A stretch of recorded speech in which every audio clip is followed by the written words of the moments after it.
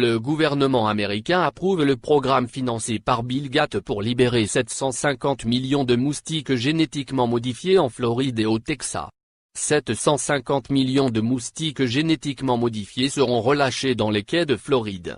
On espère que les insectes génétiquement modifiés pourront aider à contrôler les populations de moustiques qui propagent des maladies.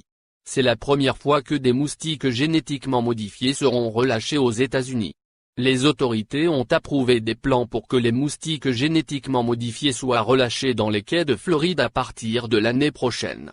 La société britannique Oxitec a conçu le projet pour tester si les moustiques modifiés sont une alternative viable aux pesticides pour contrôler et prévenir la propagation de maladies, y compris Zika et la dengue. En 2021, ils seront également libérés dans le comté de Harris, au Texas.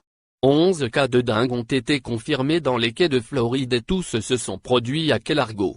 La maladie est transmise par la piqûre du moustique femelle d'Égypte. Les responsables du contrôle des moustiques des quais de Floride demandent aux résidents d'aider à arrêter la propagation de la maladie en éliminant les zones de reproduction potentielles d'Égypte. Des essais au Brésil ont révélé que les moustiques génétiquement modifiés réduisaient les populations de moustiques porteurs de maladies. Le moustique mâle, appelé OX5034, est conçu pour produire une progéniture femelle qui meurt en atteignant le stade larvaire.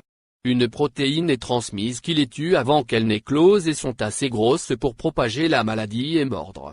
Les moustiques mâles n'ont pas besoin de piquer du sang car ils se nourrissent de nectar.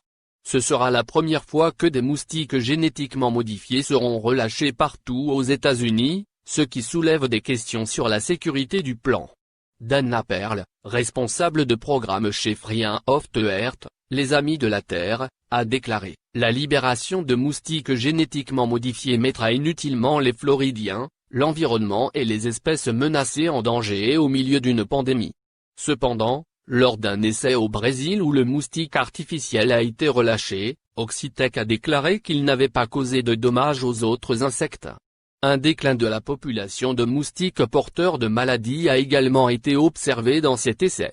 Greg Fransen, PDG d'Oxitec, a déclaré « Nous sommes impatients de travailler main dans la main avec la communauté pour démontrer l'efficacité de notre technologie sûre et durable à la lumière des défis croissants de contrôle de ce moustique qui se propage. » Selon l'Organisation mondiale de la santé, OMS, environ la moitié de la population mondiale est exposée au risque de dengue avec 390 millions d'infections par an. En 2016, Zika a été déclaré urgence internationale. Il a ensuite été déclassé, mais l'OMS a déclaré qu'il s'agissait toujours d'un défi de santé publique important nécessitant une action intense.